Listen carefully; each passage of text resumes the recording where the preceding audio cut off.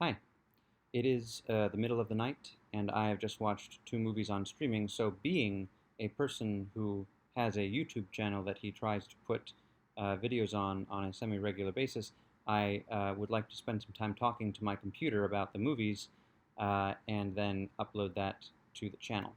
The first of these was, I'm going to try not to do too much with my finger here. The first of these was Reminiscence on HBO Max, written and directed by Lisa Joy, one of the co-creators, I guess, of Westworld, which is one of the shows that toward the beginning of the lockdown quarantine period, the malevolent supernatural force I live with and I decided to finally watch, and we enjoyed for the most part. The movie, it reminded me for different reasons of different things. The look and feel of it um, reminded me of things like I Am Legend, where you got the huge pans of an abandoned New York City.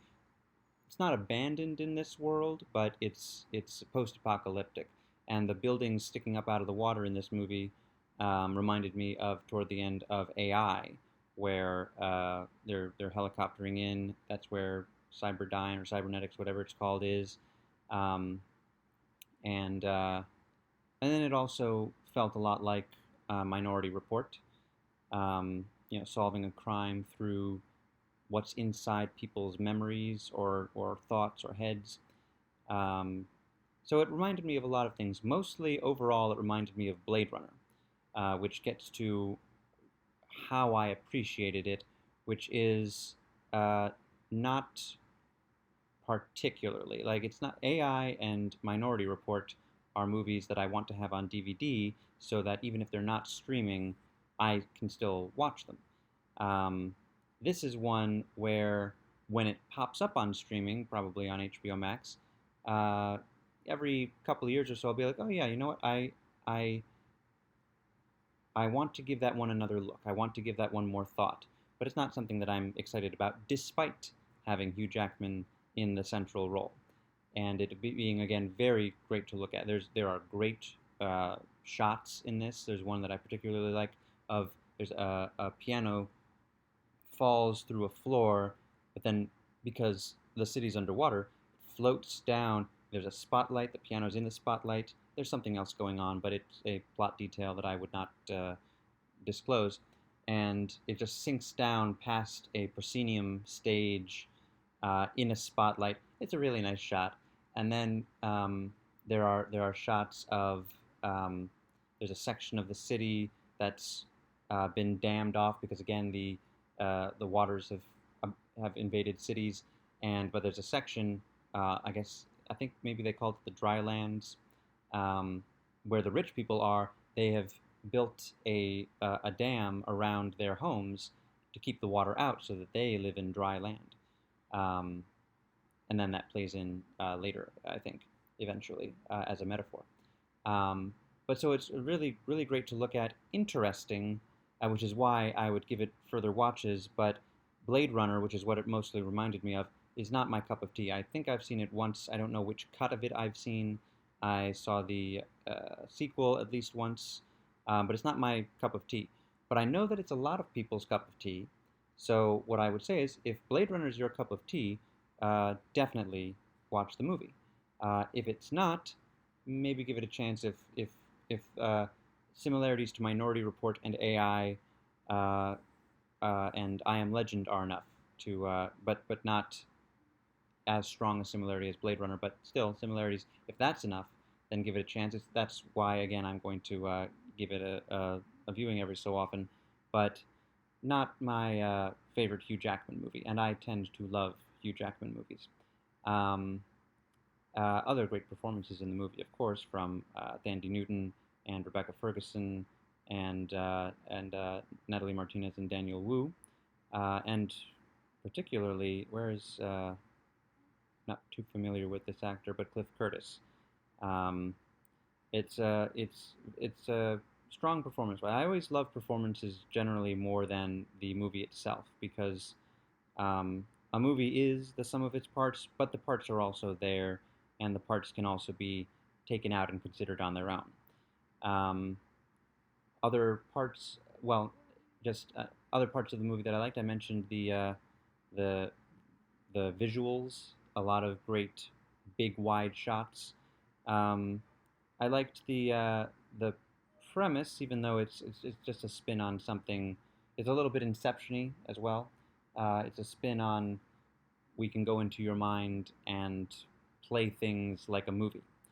But it was an interesting spin on that, and the use of the technology was interesting. One thing that I kind of when I started comparing it to AI with the malevolent supernatural force I live with, I said, but it'll have a better ending because the AI has a great ending and then it keeps going for 10 minutes and it's not such a great ending. And the same thing happened here. It had a great ending and then it kept going for 10 minutes and it was not as great an ending.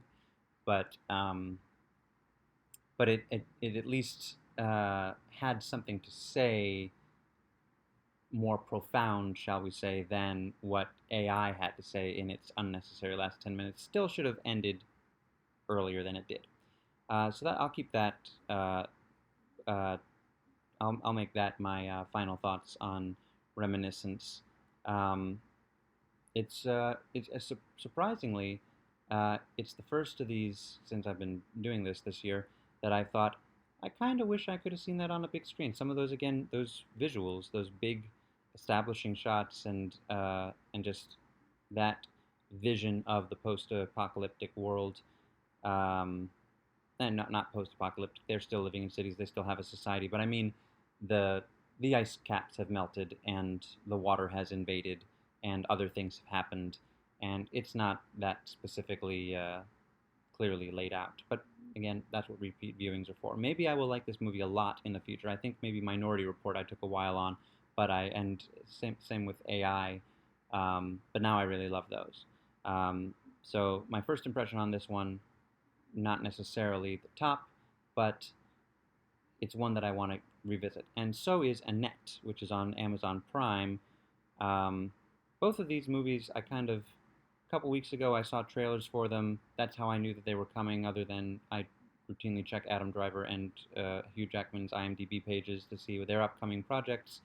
But names of movies and short story descriptions are not enough to put something in one's memory. But Annette, um, very much an Adam Driver movie, but also starring Marion Cotillard and Simon. I want to make sure it's Howard Wolowitz from Big Bang Theory, but Simon Helberg is the actor's name. Um, and he plays the conductor, and Marion Cotillard plays Anne, and Adam Driver plays Henry McHenry. I could not tell you the names of Tandy Newton, Rebecca Ferguson, or Hugh Jackman's characters in Reminiscence. Um, but again, I was again looking at the page in this case. But I would have remembered Anne and Henry McHenry, and Annette is um, the name of a literal baby doll. I'll say things in order. Um, it's a musical by, let's see, let's make sure I get these names right, because they're a little bit weirder. Leos Carax is the director, and the name Leos Carax, because I looked into who he was to try to figure out what else he had done that I might know, and Boy Meets World, apparently very early in his career, is the only thing that I recognize. It's an anagram for Alex, which is his first name, birth name, and Oscar. I don't know where he got Oscar because it says he was born Alex Christophe Dupont, but he turned his name into Leos Carax. He's French. And then Ron Mayle and Russell Mayle um, are they are brothers, I think it looks like, and they constitute the band Sparks. And Sparks wrote the songs and it's almost entirely sung through. Sparks wrote the songs for the movie. Now, Adam Driver, uh, the main character in this movie and in many other movies, um, can apparently sing. I mean, I kind of thought at the end of Marriage Story, when he sings, I kind of thought, oh, he's singing like people who don't routinely sing. He sings a lot more in this movie and a lot better. And I think, uh, as I tweeted earlier, if we're going to start putting him in musicals, then I think that we're overdue for a Broadway revival of The Sound of Music, and that he would be perfect for Captain Von Trapp. And then benefit of that is you put the huge star as Captain Von Trapp, and then you can cast an unknown as Maria, give someone a shot. So, but that's beside the point. Um, but it's beside the point because the point is the movie Annette, and it's kind of hard to describe. The basic plot is he is a comedian. In the credits, I noticed it says Adam Driver thanks Chris Rock and Bill Burr, and I don't know that that's the sort of thing that normally appears in credits. There's a big special thanks list typically, but individual performers thanking two people. Um, it is an interesting detail because he plays a kind of very avant-garde comedian, and Marion Cotillard plays an opera singer, and they get together, they have a baby, and then things go very, very wrong. She dies. He's got to raise the baby on his own.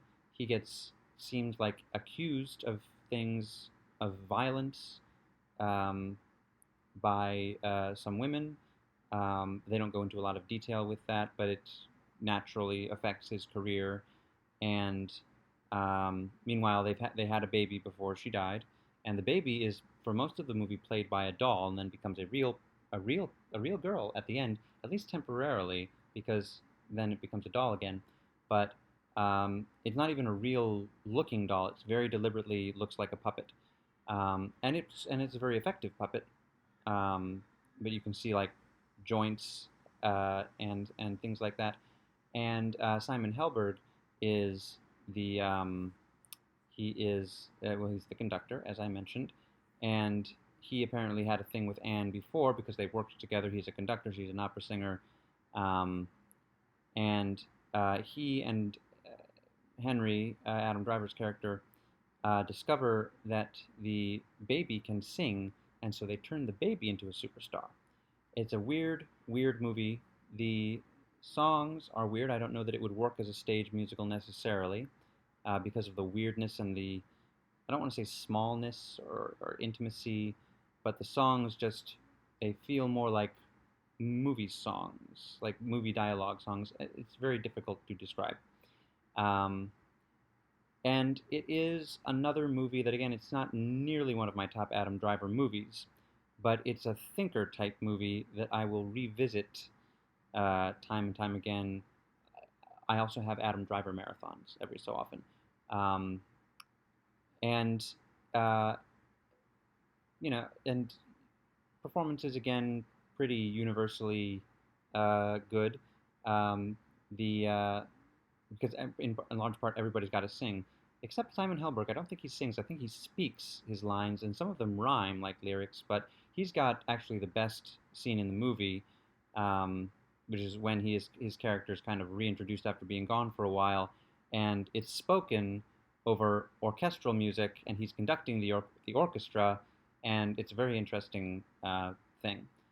He gets the best scene, but Adam Driver's performance is I have taken acting classes, and Adam Driver went to Juilliard, where I assume the acting classes are uh, just all around more than what I experienced. And acting classes, they get made fun of on sketch shows and just in general. He himself has talked about uh, having to throw around an imaginary ball of light or something along those lines. Um, and they play ridiculous games, do ridiculous exercises, and this movie is why, because he's really great in this movie, but he's great because he's just doing whatever, and he is fully committed to it, in the way I suppose a Juilliard actor would be. Uh, and since he carries the movie, he's got to sing, he's got to be funny, and if you've ever seen him on Saturday Night Live, you know that he's much funnier than he is even in this movie. Um, he it's an interesting movie, but he makes it extra interesting with his performance. Um, and truthfully, the doll contributes to it being an interesting movie, but mostly him. And Marion Cotillard is great. I assume it was also her voice. It sounded like it was their actual voices, and I have seen her in I don't know if it was an opera or an oratorio. It's a Joan of Arc at the stake. I think it's an opera.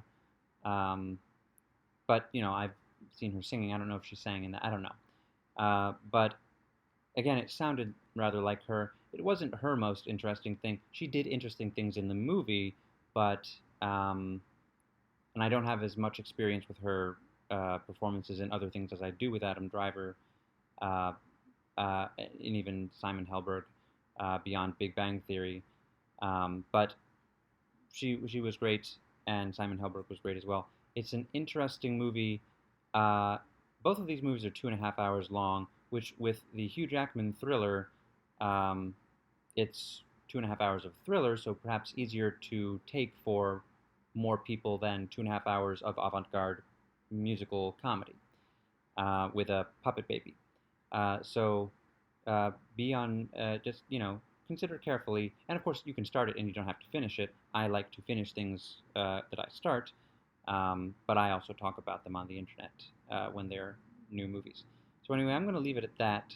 A couple of very interesting movies that I liked all right, but I'm curious enough that I want to revisit them, every couple of years or whatever. Um, so got a big storm headed our way. So if you're in its path, as I kind of am, be safe, stay in, and watch some really weird 2.5 hour movies. Bye.